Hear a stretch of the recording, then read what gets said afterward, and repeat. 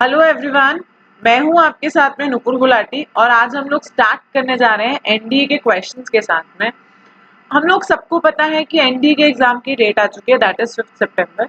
तो हमारे पास सिर्फ 2 मंथ्स हैं इसको पढ़ने के लिए। 2 मंथ भी पूरे नहीं है, 60 डेज भी कंप्लीट नहीं है। तो हम लोगों को इस एग्जाम को टारगेट करना है और इस एग्जाम को क्रैक करना है। तो इस एग्जाम को क्रैक करने के लिए हम लोग को सारा सब्जेक्ट्स को पढ़ना पड़ेगा। आप लोग को पता है कि 2 एग्जाम्स होते हैं, पहली बार मैथमेटिक्स का होता है और साथ में आपका इंग्लिश और जनरल अवेयरनेस का होता है। उस जनरल अवेयरनेस में 10 से 15 मार्क्स की आपकी बायोलॉजी आती है। मैं आप लोग को बायोलॉजी और केमिस्ट्री दोनों पढ़ाऊंगी। तो फिलहाल अभी मैं आप लोगों के लिए सारे क्वेश्चंस बायोलॉजी के जितने प्रीवियस ईयर में आए हैं और केमिस्ट्री के लेकर के आई हूँ, ताकि आप लोगों को जब ये क्वेश्चंस आए तो इन क्वेश्चंस के अंदर आप लोग को कोई प्रॉब्लम ना हो। चलिए स्टार्ट करते हैं सारे क्वेश्चंस के साथ में। सबसे पहला question, which of the following cell organelle does not possess nucleic acid? निम्नलिखित में से कोशिकांग में से कौन सा न्यूक्लिक अम्ल नहीं पाया जाता? तो कौन सा नहीं पाया जाता, सबसे पहले तो बात करते हैं न्यूक्लिक अम्ल क्या होता है। तो न्यूक्लिक अम्ल क्या होता है? न्यूक्लिक अम्ल होता है आपका डीएनए आरएनए। सिंपल भाषा में समझो भाई, डीएनए आरएनए की बात अगर हम करें दैट इज न्यूक्लिक अम्ल। न्यूक्लिक एसिड है वो। आप फुल फॉर्म देखो डीएनए की, deoxy ribo nucleic acid. Ribo nucleic acid, तो ये क्या है? न्यूक्लिक एसिड है, न्यूक्लिक अम्ल है। अब कोशिकांग क्या होता है? कोशिकांग कोशिका के अंदर पाए जाने वाले अंग होते हैं।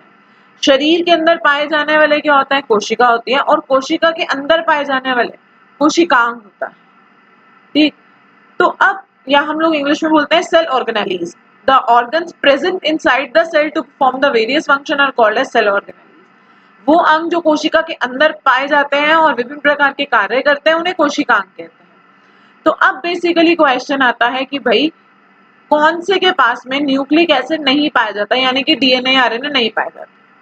तो सबसे पहले बात करते हैं न्यूक्लियोलस। न्यूक्लियोलस क्या होता है? न्यूक्लियस का एक भाग होता है जिसको हम लोग केंद्रक भी कहते हैं। उसके पास में एक ओपनिंग होती है जहां से डीएनए या आरएनए एंट्री या एग्जिट करता है। मतलब पार्ट ऑफ न्यूक्लियस है, हमें ये पता है भैया केंद्रक का भाग है। और पूरी कोशिका के अंदर जो केंद्रक होता है, केंद्रक को ब्रेन ऑफ द सेल बोलते हैं, कोशिका का मस्तिष्क बोलते हैं, क्योंकि ये क्या करता है? ये सारा डीएनए आरएनए और प्रोटीन को संभाल के रखता है। किस सेल में कितना जाना है, किस सेल को कब विभाजन करना है, डिवाइड करना है, किस सेल को आगे माँ बाप से बच्चों में, बच्चों से बच्चों में ट्रांसफर करना है, उसका पूरा ध्यान रखता है। तो न्यूक्लियस के पास तो डीएनए भी होता है, आरएनए भी होता है। मतलब न्यूक्लिक एसिड इसके पास पाया जाएगा, इसके पास डीएनए भी पाया जाएगा और इसके पास आरएनए भी पाया जाएगा। दूसरी बात करते हैं क्लोरोप्लास्ट। क्लोरोप्लास्ट क्या करता है? क्लोरोप्लास्ट जो होता है, it is called as semi autonomous organelle. Semi autonomous मतलब अर्ध स्रावित कोशिका। वाई अर्ध स्रावित? अर्ध मतलब सेमी, सेमी मतलब अर्ध, मतलब आधा। आधा डीएनए खुद से बनाती है। न्यूक्लियस क्या करता है? न्यूक्लियस बोलता है भाई सबके लिए डीएनए मैं बनाऊंगा, सबको डीएनए आरएनए मैं बनाऊंगा, सबको मैं बांट दूंगा। पर ये बोलती है कि नहीं भाई, मैं तो नहीं, मैं तो अपना खुद लूंगी। ये भी ऐसे ही करती है और माइटोकॉन्ड्रिया भी ऐसे करता है। माइटोकॉन्ड्रिया भी अपना डीएनए खुद बनाता है। इसलिए माइटोकॉन्ड्रिया और क्लोरोप्लास्ट दोनों को ही सेमी ऑटोनॉमस मेम्ब्रेन कहते हैं। दोनों को ही क्या कहते हैं? अर्धस्रावित कोशिकांग बोलते हैं, सेमी ऑटोनॉमस मेम्ब्रेन बोलते हैं। नेक्स्ट आता है राइबोसोम्स। राइबोसोम्स क्या होते हैं? राइबोसोम प्रोटीन बनाते हैं। और प्रोटीन कहाँ से बनता है? प्रोटीन सबको पता है भाई, प्रोटीन कहाँ से बनेगा? प्रोटीन बनता है एमआरएनए से, इसलिए राइबोसोम को प्रोटीन फैक्ट्री भी कहते हैं। तो यानी कि न्यूक्लियोलस के पास डीएनए आरएनए दोनों पाया जाता है, क्लोरोप्लास्ट के पास डीएनए आरएनए दोनों पाया जाता है, राइबोसोम के पास एनीवेज आरएनए तो पाया जाता है। तो किसके पास में नहीं पाया जाता? That is your plasma membrane. तो correct answer is your plasma membrane. ठीक, correct answer is your plasma membrane, यानी कि जीव द्रव्य कला ये पाया जाता है। ठीक, इसका करेक्ट आंसर इज जीव द्रव्य कला। प्लाज्मा मेम्ब्रेन किससे बनी होती है? प्लाज्मा मेम्ब्रेन 2 चीजों से बनी होती है। एक होता है लिपिड। लिपिड क्या होता है? वसा होती है। दूसरा होता है फैट्स। फैट्स या सॉरी लिपिड फैट्स होता है या प्रोटीन से बना होता है। वसा और प्रोटीन से मिलकर के बनता है, लिपिड या फैट से मिलकर के बनता है प्लाज्मा मेम्ब्रेन। तो इसके पास किसी भी प्रकार का द्रव्य नहीं पाया जाता। प्लाज्मा मेम्ब्रेन को चयनात्मक परागीय भी कहते हैं। ठीक, चलिए नेक्स्ट क्वेश्चन की तरफ। आप लोग मुझे फटाफट से आंसर करके बताते जाइए, जितने लोगों को आता है। नहीं आता तो फटाफट से आप सुनते जाइए और कमेंट में अपने आंसर्स लिख करके बताते जाइए, और चेक कीजिए साथ के साथ कि आप लोग जो सोच रहे हैं, जो बोल रहे हैं, वो सही भी है कि नहीं। इनमें से कौन सी कोशिकांग के पास में जेनेटिक मटेरियल, मतलब जेनेटिक मटेरियल है बट वो प्रोटीन को एनकोड नहीं करती? इसमें से किस कोशिकांग के पास में जेनेटिक मटेरियल है और वो प्रोटीन को कोड नहीं करती? कौन सी कोशिकांग है वो? अब देखो, न्यूक्लियस, मतलब वो ये बोल रहा है कि भाई प्रोटीन कोड नहीं करती, एनकोड नहीं करती, मतलब अमाइनो एसिड बनाते हैं, वो अमाइनो एसिड के बाद में प्रोटीन नहीं बनाती, अमाइनो एसिड बनाकर छोड़ देती है, प्रॉपर प्रोटीन का स्ट्रक्चर जो फॉर्मेशन देना होता है वो नहीं करती। न्यूक्लियस, न्यूक्लियस डीएनए से आरएनए बनाता है, आरएनए से पूरा प्रोटीन बना कर देता है। माइटोकॉन्ड्रिया, माइटोकॉन्ड्रिया भी क्या करता है, माइटोकॉन्ड्रिया के पास अपना राइबोसोम खुद का होता है, तो माइटोकॉन्ड्रिया के पास डीएनए होता है, वो आरएनए में कन्वर्ट कर देता है, अमाइनो एसिड बनाता है और फिर फाइनली प्रोटीन बनाता है।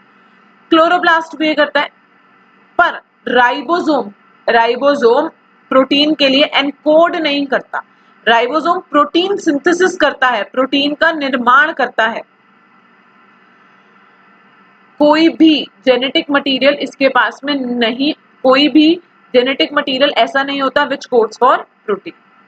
ठीक है, तो इसका correct answer is your ribosome. Ribosome को हम लोग प्रोटीन फैक्ट्री कहते हैं। माइटोकॉन्ड्रिया को सूत्र कणिका भी कहते हैं, पर माइटोकॉन्ड्रिया को आपके एग्जाम में लिखा हुआ माइटोकॉन्ड्रिया ही आता है। बाकी एनीवेज माइटोकॉन्ड्रिया जो होता है, माइटोकॉन्ड्रिया पावर हाउस कहलाता है। पावर हाउस मतलब शक्ति घर, ये एटीपी का निर्माण करता है, जितनी ऊर्जा आपके शरीर में होती है वो आपका निर्माण करता है। न्यूक्लियस को मस्तिष्क कहते हैं, किसका? केंद्रक का। क्यों? क्योंकि पूरे सेल में जो काम भी होना है उसका ध्यान रखता है। अगला है क्लोरोप्लास्ट। क्लोरोप्लास्ट भी अर्धस्रावित कोशिकांग है, किस तरीके से काम करना है, कैसे काम करना है, उसका पूरा का पूरा क्या करता है, ध्यान रखता है। चलिए आगे, अगला question, which of the following is not a component of conducting tissue in plants? पादपों में संवहन ऊतक का एक घटक निम्नलिखित में से कौन सा नहीं है? ठीक, फाइबर, ट्रैकीज, पेरिसाइकल और सीव ट्यूब। बताओ इसमें से कौन सा नहीं है। अब कंडक्शन क्या होता है, कंडक्टिंग सिस्टम क्या होता है? कंडक्टिंग सिस्टम या कंडक्शन क्या होता है? आपके बॉडी के अंदर, आपकी बॉडी के अंदर, सॉरी प्लांट बॉडी के अंदर हमारे पास पानी और खाने को ले जाने के लिए, लाने के लिए कुछ नहीं। मुझे प्यास लगेगी, मैं क्या करूंगी, पानी का ग्लास उठाऊंगी, पी लूंगी। पौधे को प्यास लगेगी, पौधे क्या करेगा, चलता हुआ जाएगा, कुएं से पानी खींचेगा या नलका खोल के पानी भरेगा? वो ऐसा कुछ नहीं कर सकता। तो वो क्या करता है, वो अपना पानी को किसी, मतलब कैपिलरी एक्शन होता है। कैपिलरी एक्शन क्या होता है, एक से दूसरे में सक्शन के थ्रू, कॉन्सेंट्रेशन के थ्रू एक जगह से दूसरी जगह में जाना, उसके थ्रू लेकर के जाता है। तो ये क्या करता है, जमीन में हमारे पास में पानी होता है तो जड़ें नीचे तक चली जाती हैं। जो जड़ें नीचे तक जाती हैं वो जड़ें पानी को इकट्ठा करती हैं, इकट्ठा करके ऊपर तक ले जाती हैं। पेड़ के जिस भाग को पानी चाहिए वो जड़ों के अंदर जाइलम होता है, वो लेकर जाता है। पौधे में दो तरीके का टिश्यू पाया जाता है, जाइलम और फ्लोएम। मेनली कंडक्शन के लिए हम इसको वास्कुलर टिश्यूज भी बोलते हैं। इसके अंदर दो पाए जाते हैं, एक पाया जाता है जाइलम, एक पाया जाता है फ्लोएम। जाइलम मतलब दारू, वो वाली दारू नहीं, दारू नाम है उसका। फ्लोएम, फ्लोएम को हिंदी में चखना बिल्कुल नहीं बोलते, फ्लोएम का मतलब है हरिद्रा। जाइलम और फ्लोएम। अब जाइलम क्या करता है, पानी लेकर जाता है, फ्लोएम क्या करता है, खाना लेकर के जाता है। तो जाइलम पानी लेकर के जाएगा। याद रखो कि दारू, दारू क्या है, लिक्विड है। अगर लिक्विड है तो क्या कर रही है, पानी को लेकर जा रही है। फ्लोएम क्या है, फूड पार्टिकल है। फूड पार्टिकल है तो क्या कर रही है, पत्तियों में खाना बन रहा है। पेड़ की, पौधों की पत्तियां किचन होती हैं, लीव्स में खाना बनता है, और ये क्या करता है, उस लीव्स में खाना बनाकर सारी जगह पर लेकर के आता है। ठीक है, अब यहाँ पर जो होता है जाइलम और फ्लोएम की बात करी। अब ये नाम तो बहुत अलग अलग लिखे हुआ है। जाइलम यानी कि दारू फिर आगे 4 भाग में डिवाइड होता है, जिसका नाम होता है ट्रेकीज यानी कि वाहिनिका, वेसल्स, जाइलम फाइबर्स, हृदरा फाइबर, सॉरी दारू फाइबर या दारू parenchyma, xylem fibres, xylem parenchyma. ऐसे ही आपका फ्लोएम फर्दर 4 में डिवाइड होता है, फ्लोएम फाइबर्स, फ्लोएम पैरेन्काइमा, हृदय के फाइबर्स, हृदरा का पैरेन्काइमा, ये दो में पता लग गया। दो होते हैं sieve tubes and companion cells. Sieve tube, companion cells, phloem parenchyma, phloem fibres, phloem के पार्ट्स हैं। और tracheids, vessels, xylem parenchyma, xylem fibres, ये सब किसके पार्ट्स हैं? ये जाइलम के पार्ट हैं। आंसर आप लोग को पता लग गया होगा अब तक। इसका आंसर क्या होगा? पेरीसाइकिल, परिरम। अगर पेरीसाइकिल हम लोग देखें तो पेरीसाइकिल स्टेम का पार्ट होता है। स्टेम क्या होती है? तना होता है पेड़ का, उसका भाग को क्या बोलते हैं? परिरम यानी कि पेरीसाइकिल। ये कोर्स जितने भी क्वेश्चंस मैं आपको करा रही हूँ, इसका कोर्स अनअकैडमी पर स्टार्ट एनडीए के लिए स्पेशली स्टार्ट किया गया है, जिसमें हम ये सारी चीजों को इन डिटेल में पढ़ रहे हैं। तो अगर आप लोगों को लगता है कि पढ़ना है ये वाली चीज और इस तरीके से सबको, मतलब ये वाला पोर्शन को बहुत कंप्लीट, बहुत डिटेल्स में पढ़ना है और आप पढ़ना चाहते हैं, तो आप लोग अनअकैडमी से एक परचेज कर सकते हैं जो भी इनका कोर्स है। उसके लिए आप अगर मेरा नाम का कोड यूज करेंगे तो उसमें आपको स्पेशल डिस्काउंट मिल जाएगा। मेरे नाम का जो कोड यूज होता है that is Nupur 11, NUPUR, Nupur 11, 1 और 1 11। अगर आप इस कोड का इस्तेमाल करेंगे तो इस कोड के से आप लोगों को डिस्काउंट मिलेगा और आप लोग पूरी बायो, पूरी केमिस्ट्री इन डिटेल पढ़ सकते हैं। देखो बायो जो आती है वो 15 नंबर की आती है, केमिस्ट्री जो आती है 15-20 नंबर की आती है। 15 नंबर की है, 15-20 नंबर की केमिस्ट्री, यानी कि अप्रोक्सीमेटली 30-35 मार्क्स का आपका ये काम है। तो 30 से 35 क्वेश्चंस का ये काम है। तो 30 से 35 क्वेश्चंस करना आना एग्जाम में बहुत मतलब सारे क्वेश्चंस को पढ़ना और उनको सॉल्व करना और आने चाहिए, तो बहुत इंपॉर्टेंट है। तो उन 35 क्वेश्चंस के लिए हम लोग ने पूरी क्लास कंडक्ट की है, जिसमें हम लोग आपकी स्पेशल डाउट सेशंस, आप लोगों के स्पेसिफिक एक्स्ट्रा स्ट्रोक लेक्चर्स या लेक्चर्स जो इसके अंदर आते हैं वो सब कवर करते हैं। ठीक, फिर भी अगर आप लोग को जो अभी मैं पढ़ा रही हूँ इन क्वेश्चंस में से अगर आप लोग को कोई डाउट होता है तो आप लोग मुझे कमेंट सेक्शन में लिख करके बता सकते हैं, या आप मुझे किसी भी ऑनलाइन मीडिया प्लेटफॉर्म पर मैसेज कर सकते हैं। आप फेसबुक चाहो, आप इंस्टाग्राम चाहो, आप लोग मुझे मैसेज कर सकते हो। मेरा नाम है नुपुर गुलाटी, NUPUR नुपुर, GULATI गुलाटी। आप लोग कहीं पर भी मेरा नाम लिखेंगे आप लोग को इजीली मेरी वीडियोस, इजीली मेरा फेसबुक अकाउंट आप लोग को मिल जाएगा। तो आप लोग मुझे किसी भी प्लेटफॉर्म पे टेक्स्ट कर सकते हैं अगर आप लोग को कोई भी दिक्कत है, और आप लोग इसके कमेंट सेक्शन में भी अपना कमेंट्स डाल सकते हैं। Next question, which of the following organism has vascular tissue? Vascular tissue समझ में आया क्या होता है? वास्कुलर टिश्यू, अभी हम बात कर रहे थे ना वास्कुलर टिश्यू की, संवाहक ऊतक जो एक जगह से दूसरी जगह पर लेकर के जाता है इसको, उसको हम लोग क्या बोलते हैं? हम लोग उसको बोलते हैं वास्कुलर टिश्यू।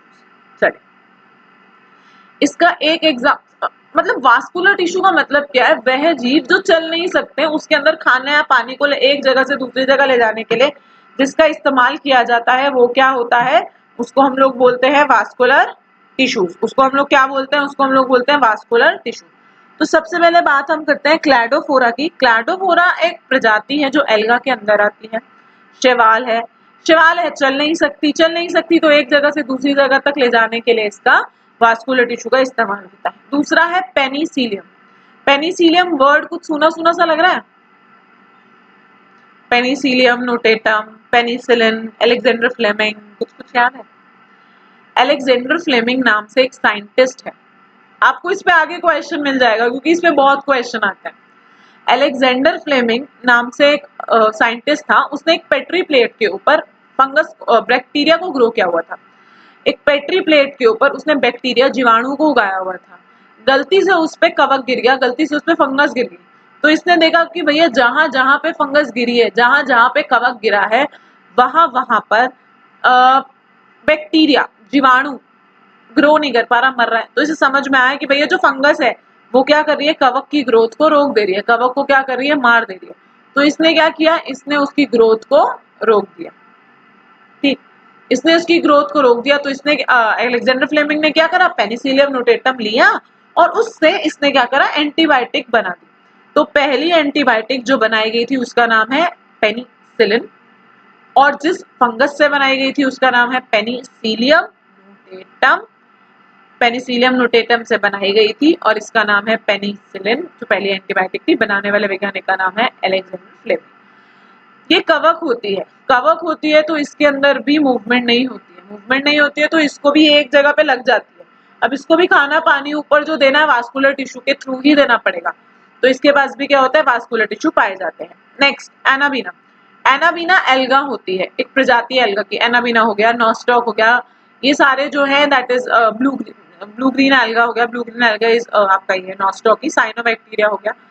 ये सारे एल्गा की प्रजाति हैं, शैवाल की प्रजाति हैं, और ये सारे के सारे क्या करते हैं, ये सारे अपना खाना खुद बनाते हैं और ये वास्कुलर टिश्यू रखते हैं क्योंकि ये पौधे हैं। ठीक है, ये एल्गा की फैमिली से बिलोंग करते हैं। लास्ट ऑप्शन बता मार्सिलिया, तो इसका सही आंसर क्या है, मार्सिलिया। इसका सही ऑप्शन क्या है, मार्सिलिया। हम लोग क्वेश्चन तो करेंगे, साथ में सारे ऑप्शंस क्यों गलत हैं ये भी देखेंगे, क्योंकि आपके एग्जाम में क्या होता है, आज इस पे क्वेश्चन आया, नेक्स्ट इसके ऑप्शन पे क्वेश्चन बना देंगे, तो हम लोग एक भी चांस नहीं लेंगे कि भाई कोई भी क्वेश्चन ऐसा हो जो यहाँ से मिस हो जाए। चलिए आगे बात करते हैं। Next, which of the following organism represent the primary consumer category in ecosystem? Consumer क्या होता है, प्रोड्यूसर क्या होता है, ये देखिए। प्रोड्यूसर वह जीव होता है जो अपना खाना खुद से बनाता है, वह जीव होता है जो अपना खाना खुद बनाता है, उसको हम लोग क्या बोलते हैं, उसको हम लोग बोलते हैं प्रोड्यूसर। तो ये क्या होता है, ये होता है प्रोड्यूसर। मतलब प्रोड्यूसर क्या होते हैं या निर्माता क्या होते हैं, जितने भी ग्रीन प्लांट्स हैं हमारे पास में, पेड़ पौधे, हरे पौधे, जो भी ग्रीन प्लांट्स हैं वो अपना खाना खुद बनाते हैं, इसलिए वो क्या होते हैं, उनको हम लोग क्या बोलते हैं, उनको हम लोग बोलते हैं प्रोड्यूसर्स, निर्माता। जो निर्माता को खाते हैं उनको हम लोग क्या बोलते हैं, जो निर्माता को खाते हैं उनको हम लोग बोलते हैं कंज्यूमर्स। जो निर्माता को खाएंगे उनको हम लोग क्या बोलेंगे, कंज्यूमर्स बोलेंगे। तो कंज्यूमर्स क्या होते हैं, कंज्यूमर्स बहुत सारे टाइप के होते हैं, primary consumer, secondary consumers, tertiary consumers. तो वो ये पूछ रहा है इनमें से कौन सा प्राइमरी कंज्यूमर है, मतलब इनमें से कौन सा पेड़ पौधों को खाता है। कैटरपिलर, कैटरपिलर क्या होता है आपको पता है, जब बटरफ्लाई तितली बनती है तो उससे पहले की एक स्टेज होती है कैटरपिलर, जो सिर्फ पत्तों पे रहती है और सिर्फ पत्तों को खाती है। ऑब्वियसली इसका आंसर ये है, ठीक है। पर बाकी के आंसर क्यों नहीं है, बाकी के करेक्ट आंसर क्यों नहीं है, इसको इल्ली बोलते हैं। एप्पल ट्री यानी कि जंगली सेब का पेड़। जंगली सेब का पेड़ क्यों बोल रहे हैं, मतलब ये कंज्यूमर क्यों नहीं, कंज्यूमर क्यों वो होगा जो प्रोड्यूसर को खा रहा है, उपभोक्ता वो प्राथमिक उपभोक्ता वो होगा जो हमारे निर्माता को खा रहा है। अब ये क्या, ये तो खुद निर्माता है, पेड़ है तो खुद निर्माण करेगा, तो ये नहीं हो सकता। दूसरा मेंढक, मेंढक क्या खाता है, मेंढक खाता है कीड़े मकोड़े। वो कीड़े मकोड़े या तो पेड़ पौधे खाएंगे या वो कीड़े मकोड़े हमारा खून चूसेंगे या वो कीड़े मकोड़े कुछ और खा रहे होंगे, ठीक है।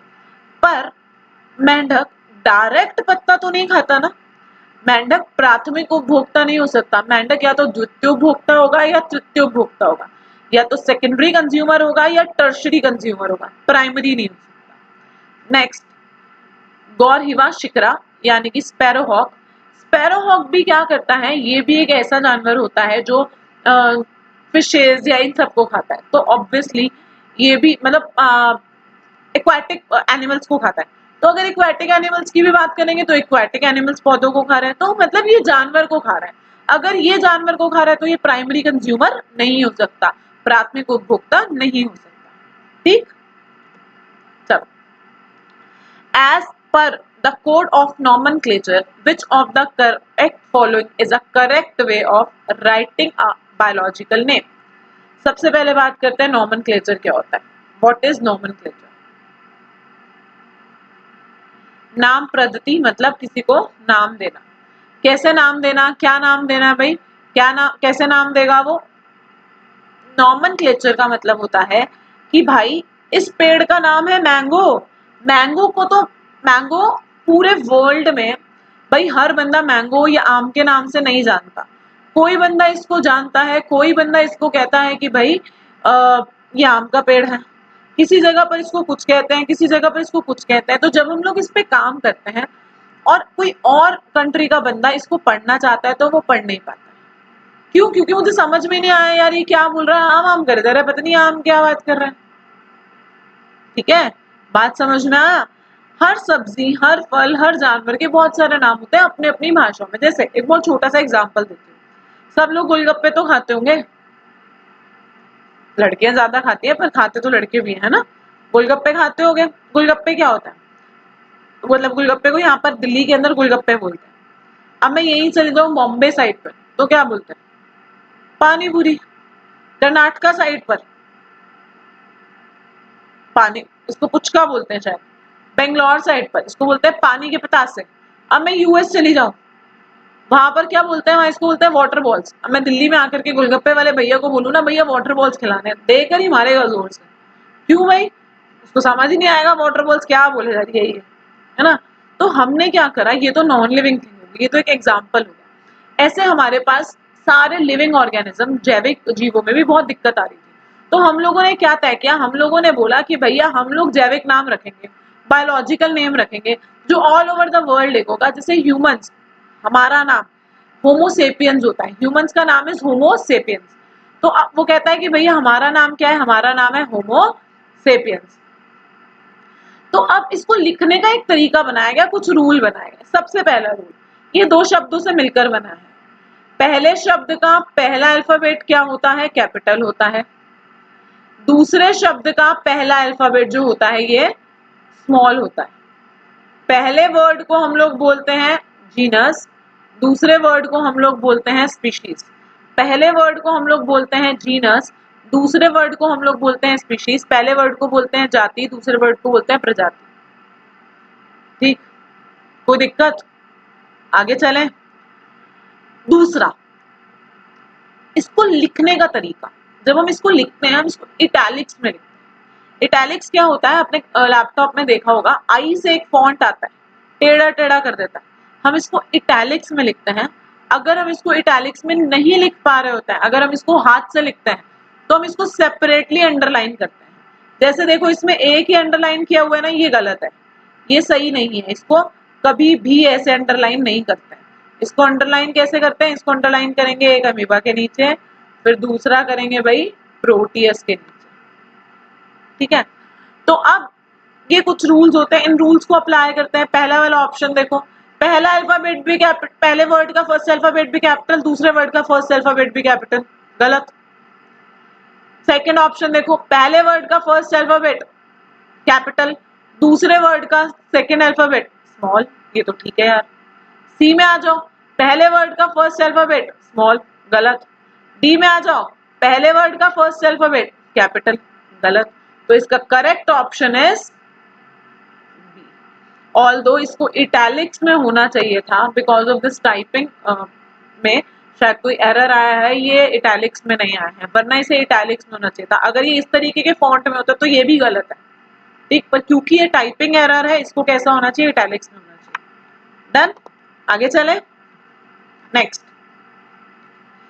इसमें से कौन सी स्टेटमेंट जो है वो करेक्ट नहीं है, सॉरी करेक्ट है, इसमें से कौन सी स्टेटमेंट करेक्ट है। पेनिसिलिन एंटीबायोटिक है, मैंने आपको अभी बताया। जब हम, आपको डॉक्टर्स क्यों बोलते हैं कि भैया बिना पूछे मुझसे एंटीबायोटिक मत खाओ, बार बार एक ही एंटीबायोटिक को मत लो, बार बार एक ही दवाई मत खाओ, या किसी को डायबिटीज या बीपी है तो डॉक्टर हर थोड़े टाइम के बाद में उसका दवाई को या प्रिस्क्रिप्शन को बदल देते हैं। ऐसा क्यों होता है? ऐसा इसीलिए होता है कि वो क्या करते हैं, डॉक्टर्स क्या बोलते हैं, डॉक्टर्स बोलते हैं कि सॉरी डॉक्टर्स ऐसा क्यों बोलते हैं, डॉक्टर्स ऐसा इसलिए बोलते हैं क्योंकि क्या होता है, जब हम एक ही चीज को बार बार बार बार बार बार बार बार बार बार खाते रहेंगे ना, तो उस बंदे को उसकी आदत पड़ जाती है, अब उसका फर्क पड़ना बंद हो जाता है। जैसे अगर मैं किसी इंसान को रोज थप्पड़ थप्पड़ थप्पड़ थप्पड़ थप्पड़ थप्पड़ थप्पड़ मारती रहूं तो फाइनली एक दिन क्या होगा, एक दिन उसको इस थप्पड़ का असर पड़ना बंद हो जाएगा। एक दिन क्या होगा, उसको इस थप्पड़ का असर पड़ना बंद हो जाएगा और हीट हो जाएगा। सेम इसी तरीके से अगर मैं बार बार एक ही एंटीबायोटिक लेती हूँ तो बॉडी क्या करती है, रेजिस्ट कर देती है। बॉडी बोलती है ठीक है भाई, होता रहे, रोज ही तो आता है, कोई बात नहीं यार। तो ऐसा क्या होता है जो बॉडी रेजिस्ट कर जाती है, ये उसके कुछ दिए। Penicillin resist bacteria can store this antibiotic in mature. क्या हम कोई भी दवाई को स्टोर कर पाते हैं? बहुत समय तक नहीं। हम किसी भी दवाई को स्टोर नहीं कर सकते। दवाई का काम क्या है, आप बीमार हुए हो, दवाई जाएगी प्रतिरक्षक के रूप में, एंटीबॉडी के रूप में बॉडी के अंदर जाएगी, बॉडी के अंदर जाएगी, उससे लड़ेगी, उससे झगड़ेगी, उसको बीमारी को ठीक करेगी एंड एक्सक्रीट आउट। दोबारा बीमारी होगी, आपको दोबारा वो दवाई लेनी पड़ेगी। ऐसा नहीं है कि भाई मैंने आज वो पेन किलर खाई, अब मेरे को जिंदगी में कभी दर्द नहीं होगा। एंटीबायोटिक स्टोर नहीं होगी। दूसरा, पेनिसिलिन प्रतिरोधी जीवाणु इस प्रतिजैविक को बीटा लैक्टमेज नामक एंजाइम द्वारा निम्नीकृत कर सकते हैं। पेनिसिलिन रेजिस्टेंट बैक्टीरिया जो होते हैं, वो बैक्टीरिया जिसको आदत पड़ चुकी है भाई, जैसी बैक्टीरिया गया मैंने वापस पेनिसिलिन खा लिया, वो बैक्टीरिया भी परेशान हो गया, बोलता है पागल है भाई, रोज तो खाता रहता है, कोई बात नहीं आने दे। अब उसको क्या हुआ, इस एंटीबायोटिक से असर पड़ना बंद हो गया। ऐसा क्यों हुआ? उसने क्या करा, उसने एक एंजाइम बनाया। उस एंजाइम का नाम होता है बीटा लैक्टमेज। वो एक एंजाइम बनाता है और इस एंजाइम से वो डिग्रेड कर देता है, इस एंटीबायोटिक को तोड़ देता है। बार बार ये होता रहेगा तो कुछ ना कुछ इलाज तो करेगा। जैसे भैया पाकिस्तान बार बार हमला कर रहे थे तो हमने क्या करा, सीलिंग लगा दी, करंट छोड़ दिया। भाई बार बार तो नहीं कर सकते ना, एक बार, दो बार, तीन बार, चार बार, पांच बार, ठीक है यार, फिर हम ही कुछ करेंगे। तो हमने क्या करना शुरू कर दिया, हमने भाई उसके अगेंस्ट में पूरा का पूरा फेंसिंग करवा दिया, करंट छोड़ दिया। सेम इसी तरीके से हमारी बैक्टीरिया की बॉडी भी करती है। बैक्टीरिया बोलती है भाई बार बार पेनिसिलिन दुखी कर रहा है, तो क्या करती है, वो बीटा लैक्टमेज का एंजाइम दे देती है और इसकी वजह से क्या होता है, बैक्टीरिया लैक्टमेज के एंजाइम की वजह से ये उसको डिग्रेड कर देती है। ठीक है, तो इसका correct answer is beta lactamase. ये आपको समझ में आएगा जब हम इसके सारे प्रोसेस पढ़ेंगे।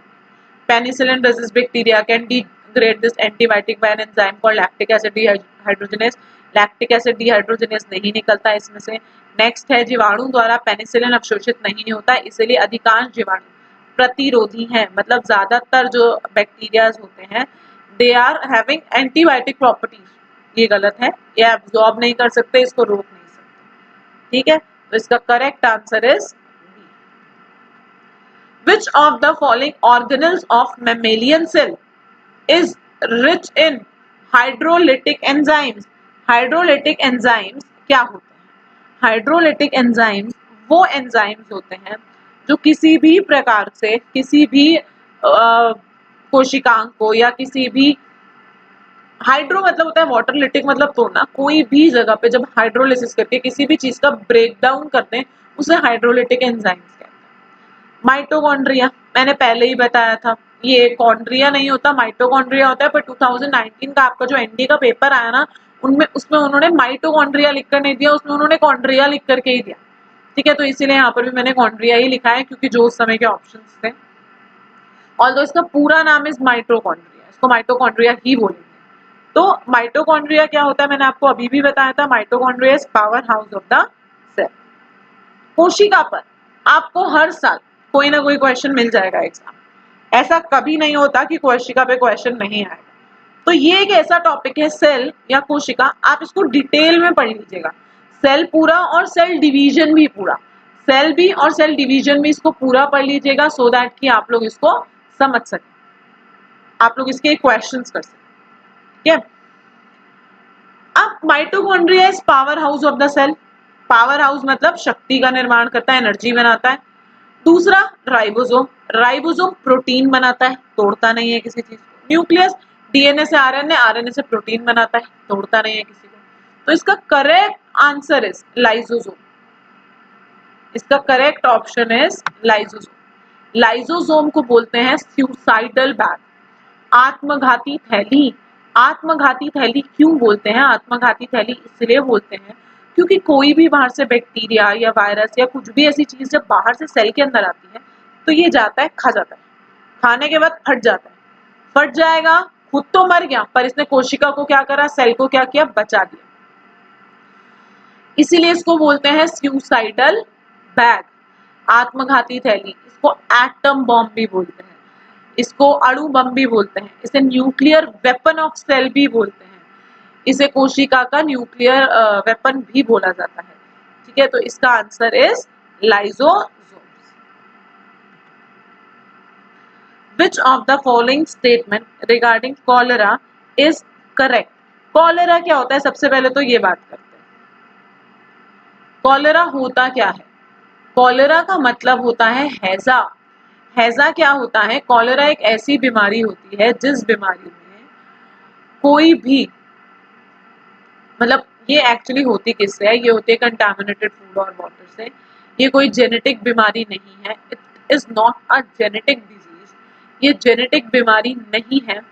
क्योंकि ये जेनेटिक बीमारी नहीं है इसीलिए माँ बाप से बच्चे, बच्चों से बच्चों में नहीं जाती। जैसे फिलहाल हमारे पास कोरोना फैला हुआ है ना, ऐसे इसी प्रकार पहले हमारे पास क्या फैला हुआ था, एक हैजा भी एक टाइम पे महामारी के रूप में फैला था, हर किसी को जाता था। तो कॉलेरा होता क्यों है? कॉलेरा एक ऐसी बीमारी है जो गंदा खाना और पानी से हो जाता है।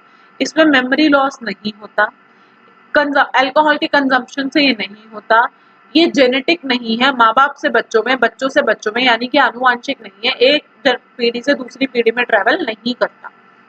इसमें होता क्या है, इसके अंदर आपको डायरिया हो जाता है, लूज मोशंस लग जाता है। लूज मोशंस जब भी होंगे या वॉमिटिंग्स होती है, लूज मोशंस या वॉमिटिंग जब भी होंगी तो वाटर लॉस होगा।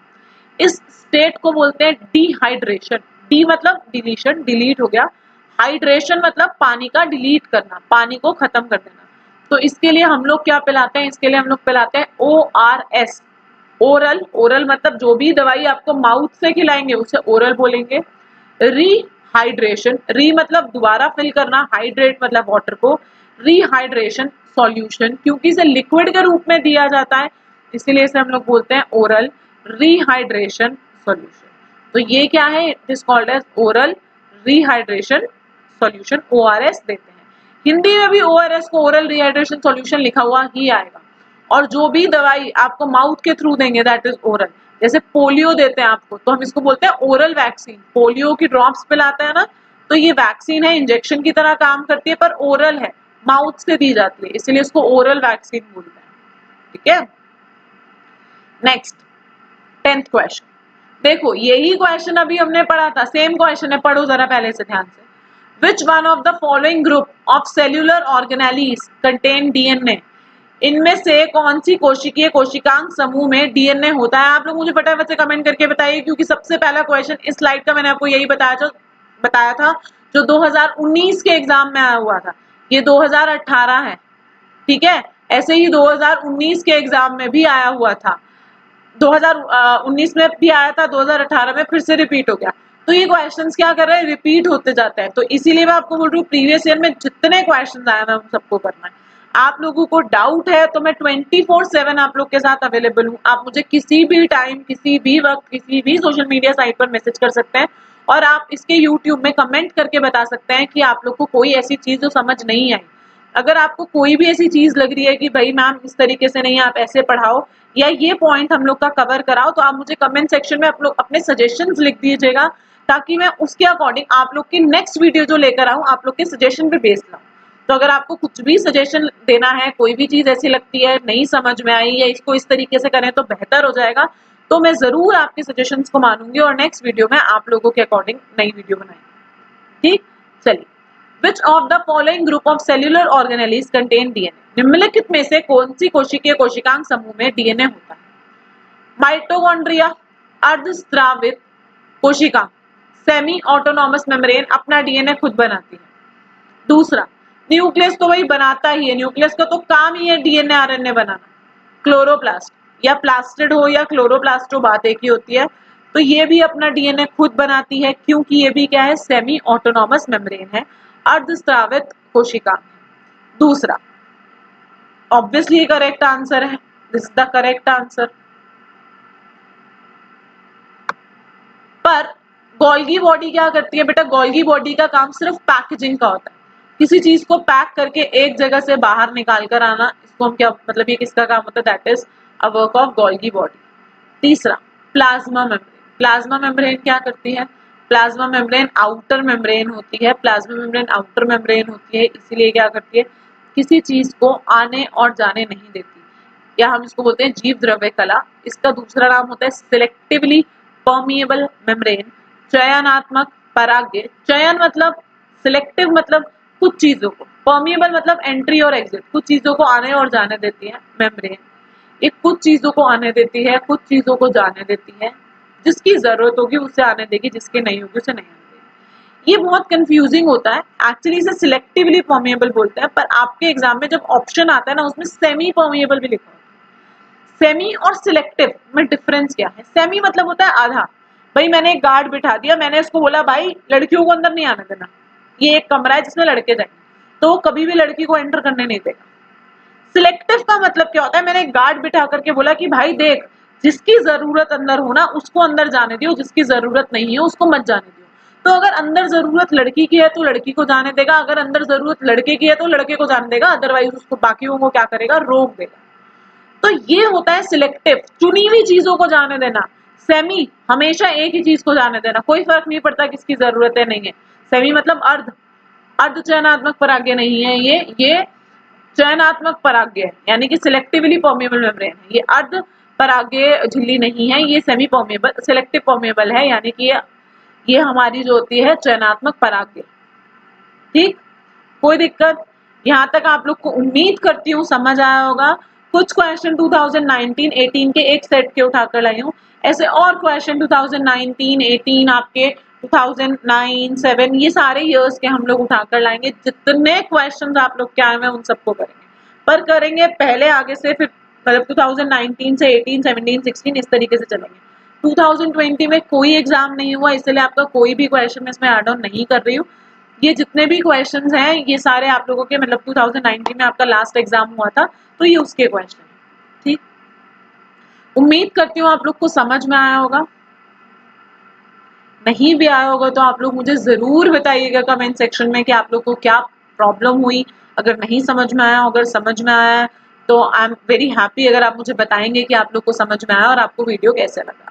इसके अलावा अगर आप कभी भी कुछ भी जानना चाहते हैं, कुछ पूछना चाहते हैं, कोई डाउट्स आते हैं आप लोग को, तो मैंने आपको पहले ही बोला मुझे कभी भी मैसेज कर सकते हैं। ठीक, तब तक आज के लिए मैं इस वीडियो को यहीं खत्म करती हूँ। नेक्स्ट वीडियो बनाकर लाऊंगी आप लोग के बेस्ट सजेशंस पर, तो सभी लोग सजेस्ट जरूर कीजिएगा कि कोई चीज ठीक है, आपको ठीक लगी, नहीं लगी तो क्यों नहीं लगी मुझे बताइएगा जरूर। और मुझे कमेंट सेक्शन में बताइएगा कि जितने क्वेश्चंस आप लोगों ने करे हैं, इतने जेन्युइनली सच्ची सच्ची झूठ नहीं, कितने क्वेश्चंस आपको आते थे और कितने आपको सीखने को मिले। ठीक, तब तक के लिए टाटा बाय बाय। आज इस क्लास को हम लोग यहीं पे खत्म करते हैं। ठीक है।